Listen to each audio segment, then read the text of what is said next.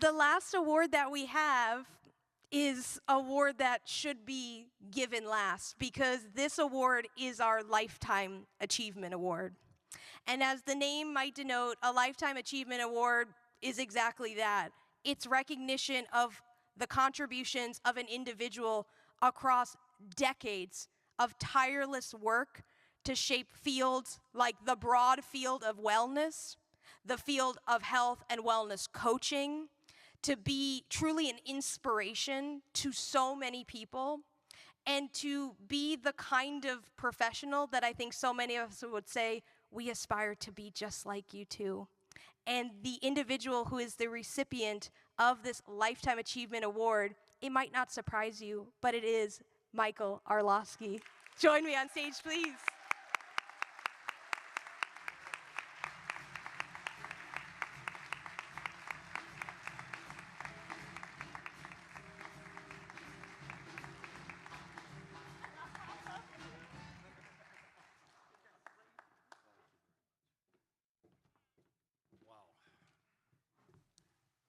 Wow. Thank all of you. Thank all of you for being here. Thank Jessica and Jay and thousands and thousands of people that have gone through health and wellness coach training. And maybe way above and beyond all that, I've got to say that my life partner, my muse, my dance partner, and my colleague and my love, Deborah Arloski,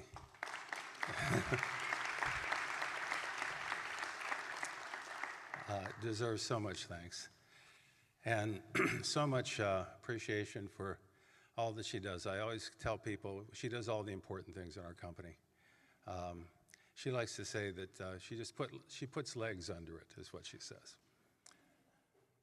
But yeah, it's been really amazing to see the growth of this profession, to actually be able to say it is a profession. You know, I remember, really.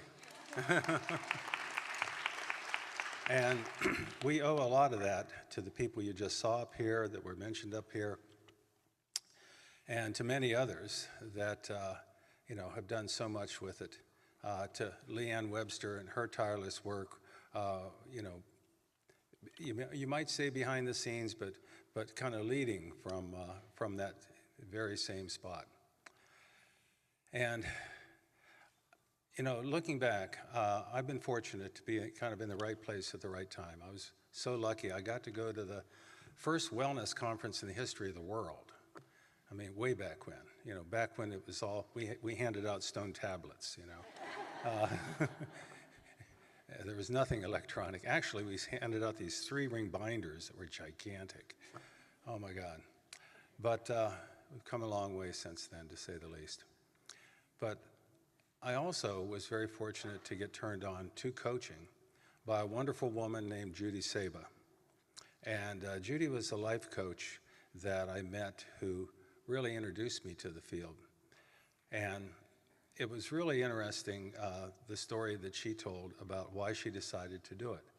She said, and this was like back in the early mid-90s, and at that time, believe it or not, in the history of modern culture, the really big deal were selling satellite dishes. And she had the opportunity to sell satellite dishes. And it was really tempting because her and her husband were really hard up, you know, for money and you know, getting by. And this friend of hers invited her to join her and do this. And she said, you know, I went home and I thought long and hard about it. And then I thought, you know, I've got to tell you, I'm just not in this world to sell satellite dishes. And I think what's wonderful about this profession is a lot of people have kind of come to some kind of realization like that I'm not in this world to do this work or do that work, you know, even though that work or this work may be quite legitimate and quite wonderful and serve a great purpose in the world. But you wanted more meaning and purpose. And it's so cool that you've been able to find it in this profession, because I've certainly found it here. I had a long career in clinical work as a psychologist and working with university counseling centers and clinical settings as well. And the whole time, I always had this background, though, that came from when I was an undergrad, where I was a psychology student, and there were these psychologists at the counseling center that were running off to Esalen Institute all the time and getting trained by Fritz Perls and all these crazy people and bringing it back and trying it out on us, okay? But it turned me on to the whole humanistic psychology approach, to that the whole idea of personal growth, the whole idea of maximizing one's potential. You know, all the stuff that nowadays the positive psychology people are, doing the research and validating, really. And what's really been wonderful is that when I found coaching, it's like, wow, this is this strength-based, positive psychology kind of approach, this growth kind of approach to working with people, personified. This is it. And I grabbed it and ran with it. And I'm sure glad I did, and I'm sure glad for all the students that I've worked with, because they've been my best teachers. And I've listened to hundreds of recordings of coaching sessions and, done all kinds of classes and everything else. We've trained, thousands of people. And they're continually teaching me about really profound things. Like the student I had that said that the day that she found out she had a diabetes diagnosis, she said, my presumptive world was shattered. My presumptive world was shattered. Everything she thought her life was going to be, gone. I mean, she taught me so much about that way of understanding what someone goes through. And the student that said in one of our sessions, I can hear tears. When I'm on the phone with somebody and, I always say coaching on the phone is like two people in a dark room with their eyes closed, trying to coach. But you can do it. A lot of it's done that way.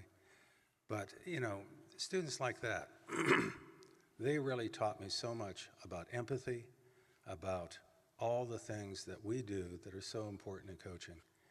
And I really implore you, if you want to really take this forward, this profession forward, simply work at deepening your craft.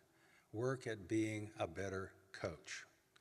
Develop, whatever specialties, whatever interests, you find value in, but at the heart and core, the core of it, the heart of it, just work at being your best self and being the best coach you can be.